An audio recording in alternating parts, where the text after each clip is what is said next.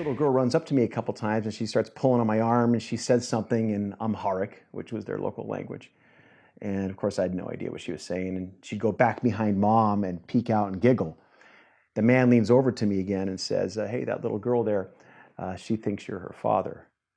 And I thought, oh, man, right to the heart.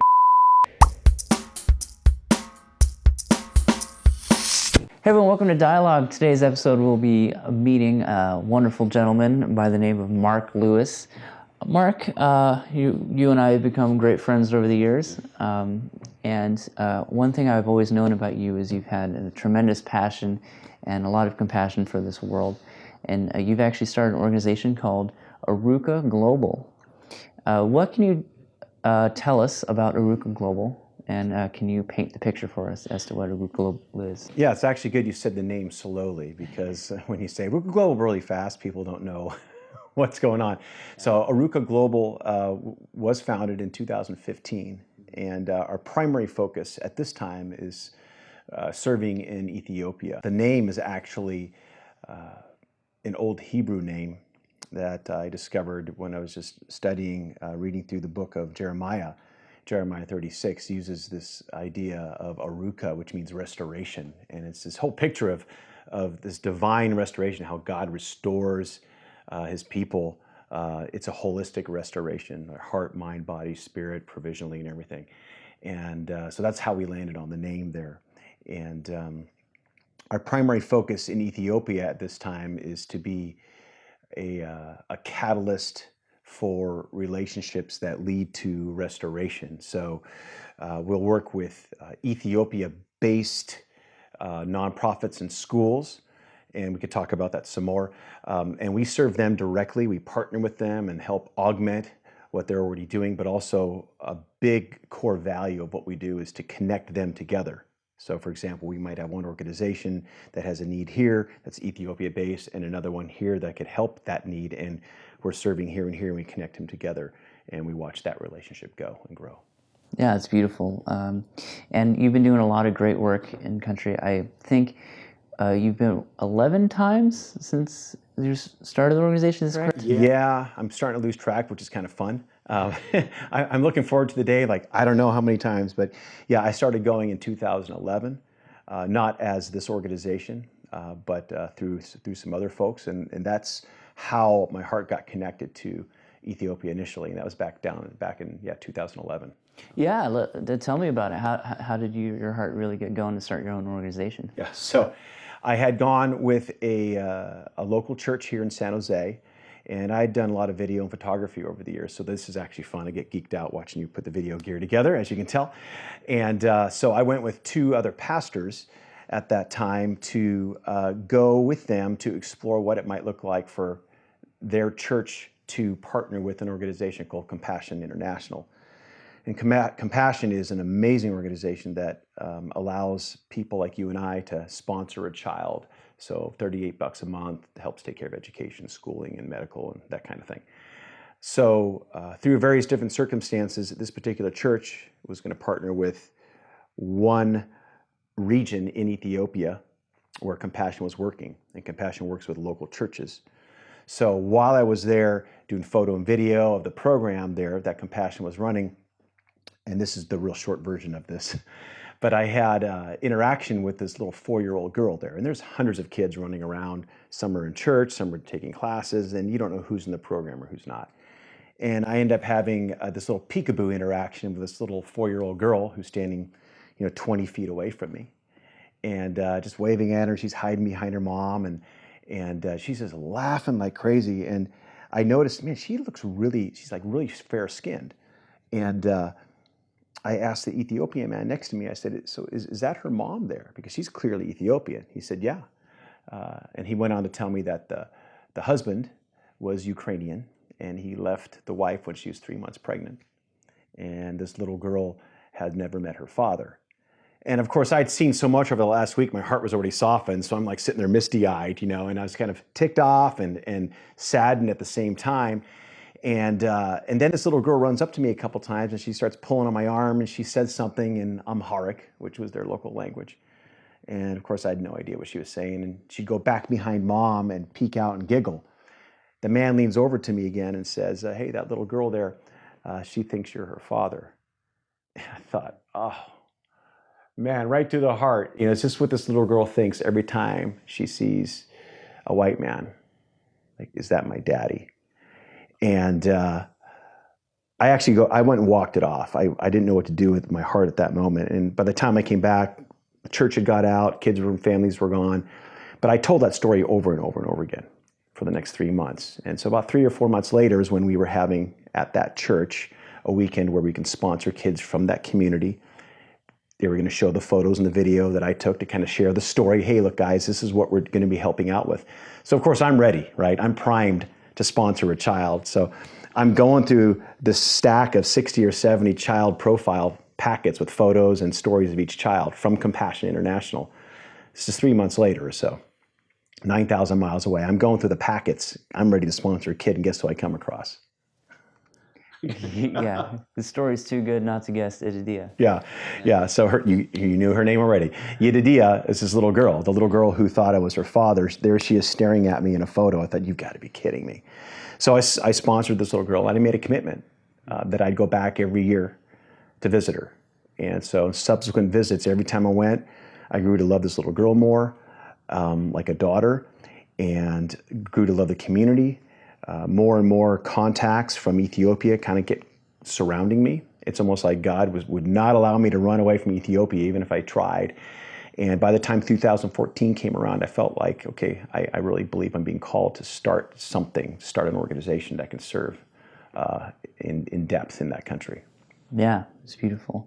And you mentioned you've become really connected over there, and you've met a lot of people, you've experienced a lot of things. What are some of the challenges the Ethiopian people are consistently facing? You know what? Yeah, Tyler, that's a good question. We have a lot of the same issues here. We have people that have a hard time finding work. Life can be expensive relative to where you're living and such. We have situations where there's a lot of fatherlessness here. They have a lot of the same problems, but they're augmented. Because when you go into a developing country where you don't have the infrastructure, and oftentimes the government is still kind of reeling from years and years of corruption, and they've got a fantastic new leader in right now, a prime minister who's doing amazing things there. But because of those other circumstances, the people who are struggling all the more. So you've got situations where children can't go to school because they're more valuable when they work, right? So a 6 or 7 or 8-year-old kid is out, chipping rocks to break them into cobblestone to be put out in the streets because he's more valuable to his household, or she's more valuable to her household by breaking rocks than going to school, which can give him or her a future. So it's just a lot of it's circumstances. One of the biggest glaring issues there, and you wouldn't know unless you did homework on it, is at least 10% of the women in the country are caught up in prostitution somehow, some way. That's a staggering number. And so through some of our partnerships, now we're working in that world as well. We're doing a lot of work with education and prostitution. Now, there's some of the challenges that are faced there, but we're hoping to be able to make a little dent. Yeah, it seems like you have been thus far. In your many years running your organization, what have been some of the hurdles to getting traction in terms of, if you want to speak to it? Yeah, I think, wow. You know what? I don't know if there's so much hurdles as they are just, hey, you're running a nonprofit, it's going to be tough. It takes a lot of time. And whether you want to or not, if you've got a full-time job, you're going to be bivocational because you're running a nonprofit. It just so happens I'm at this point in life, I'm a pastor part-time at a church here in San Jose, and now I'm running Aruka part-time. But it requires that kind of time. So time is one of the big challenges here in Silicon Valley because you've got to make time to make a living out here. Mm-hmm. And this place is ridiculous. It's really expensive.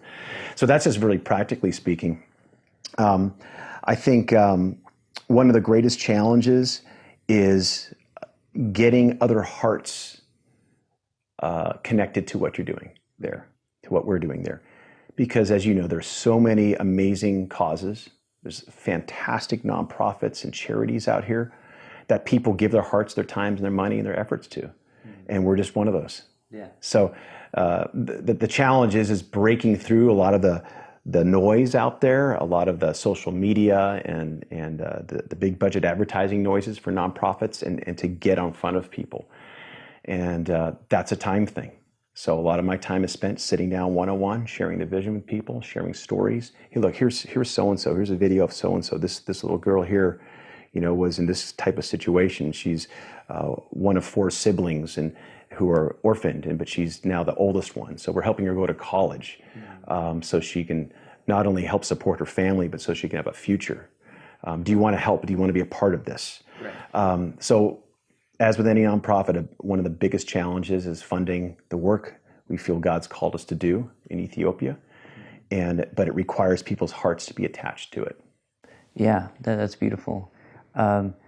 Getting hearts attached to it.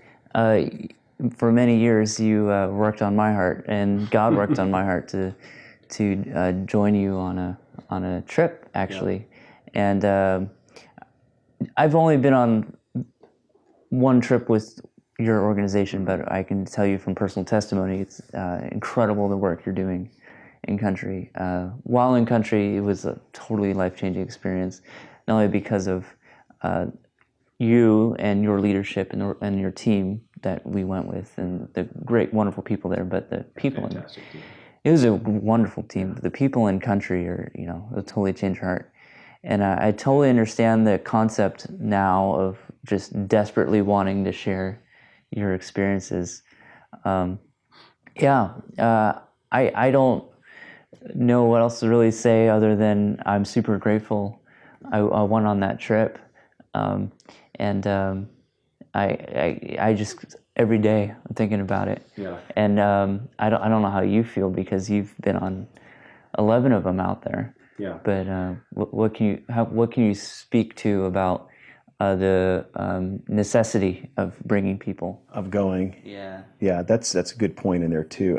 And I mean, first of all, yeah, it was so cool. We talked about this, right? About you coming. We've talked about this since like 2014. So it's been 5 years baking, right? And it was really, really a joy to have you come with us and to watch not only you do your craft of filming and videography, you had a blast with that, but just to see what happened in your heart. Yeah. I mean, you fully engaged with the people there.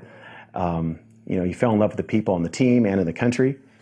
You fell in love with the coffee in Ethiopia, right? I mean, one of the benefits of going to Ethiopia, it's a birthplace of coffee. A lot of people don't realize that. But if you don't have any other reason to go to Ethiopia, go for the coffee. It's fantastic to sit down and have a coffee roasting ceremony done right in front of you, where they roast the beans right there, raw beans, and they roast those babies and they crush them up in a pestle and mortar, right? And then they just pour the hot water in that thing and they serve it up with big chunks of organic sugar. I mean, what's there not to love, right? Yeah.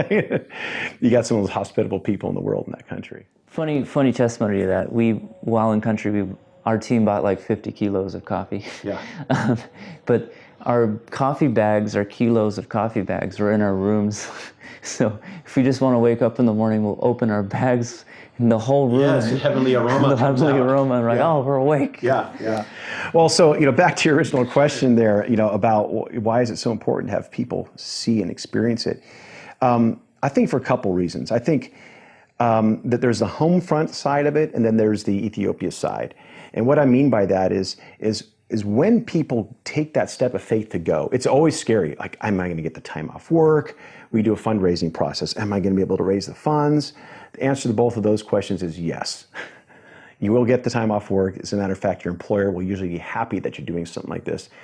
And you'll see people, friends and family around you step up to help fund you going on this trip. And we even tell people, look, even if you can afford to fund your entire trip and all the work we're doing in the country, we want you to get others involved in this. I'd rather have you get $100 from a bunch of people or $10 from a bunch of people than you drop one check in to cover it, because you get more hearts involved, more people get exposed to it. So we have the local impact here, then we've got the Ethiopia. So, we go there, people like yourself, you get to experience but what we believe God is doing there through our partners, Life Change, or spending time with these children and the former prostitutes and the kids in the school, and doing home repair for widows out in these communities, and just experiencing life on a whole new level. And you fall in love with the people there. You fall in love with the idea of, you develop a new hunger, as you know, to serve others. Maybe it's on another mission trip, maybe it's back home. But you also help us do what we're called to do there. We can't do what we're called to do there without going with teams. So you help do some amazing work, as you saw, when you come with a team as we partner with our partners. Our whole goal is to empower our partners. So that's what our teams help do. So, but when you come back here, there's an impact because you've had life change, right? So as you're seeing the world differently now, right? A team member comes back from there, back to Silicon Valley or wherever they live, and they view everything different. Eyes will never be the same, heart will never be the same. And our hope, our prayer, our desire is that when people come back, they get more engaged with local outreach. They're going to volunteer at their local schools. They might go volunteer at a local shelter for men or women or homeless or addicts or whatever it might be. They become better human beings here because they went there. Yeah. And oftentimes because our hearts break, maybe for the first time, more than ever. Right. And there is true life change. So it impacts people here as well. Yeah, and a little bit of testimony to that too for me. Kind of, you can't help but spread that to your friends and family. Yeah. Share the testimonies of what you experience in country, yeah. And also encourage those around us to step out and do more for the people around them. Yeah. Yeah, you can't turn that off. And also, as you mentioned, I was a videographer on the trip and took lots of pictures. So made lots of montages. I figured we could share one of them, at least in this testimony. So I'll just roll that here.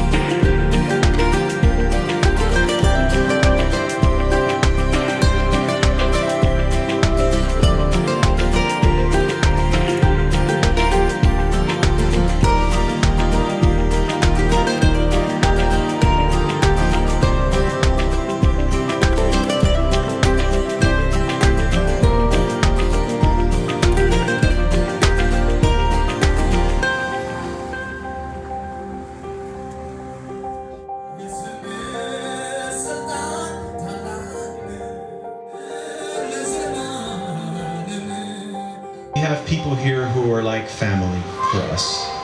እዚህ ያሉ ሰዎች ለኛ በጣም እንደ ቤተሰቦቻችን ናቸው። I correct myself. You are family to us.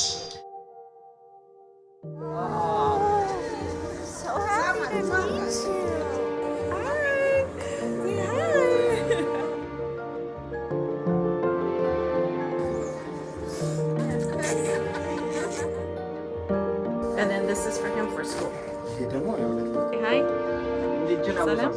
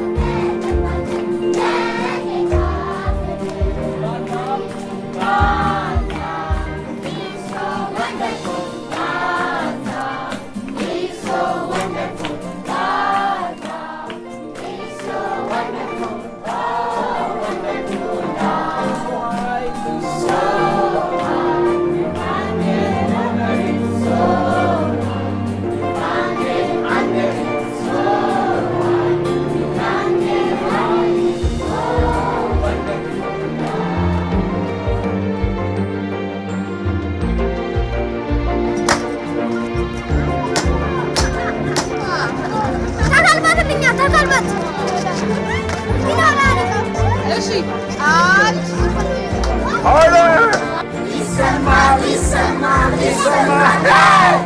said a boom, chicka boom.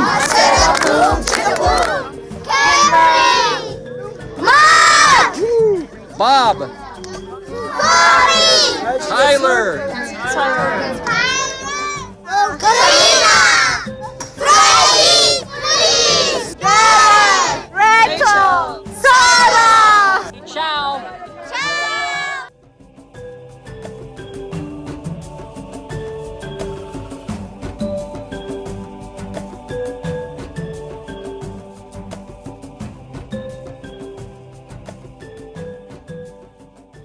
So that was a bit of a montage of what we experienced in country, and I'm happy that our audience was able to experience it.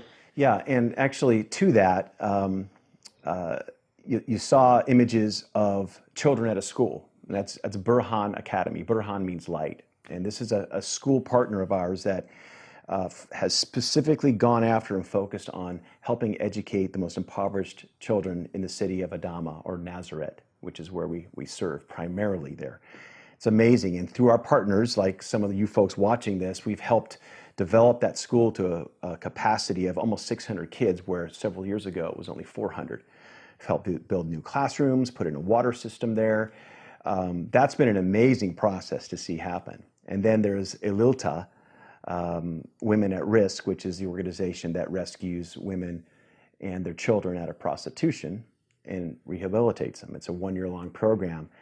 And we've got to see these women graduate year after year. We've had our teams do classes for them.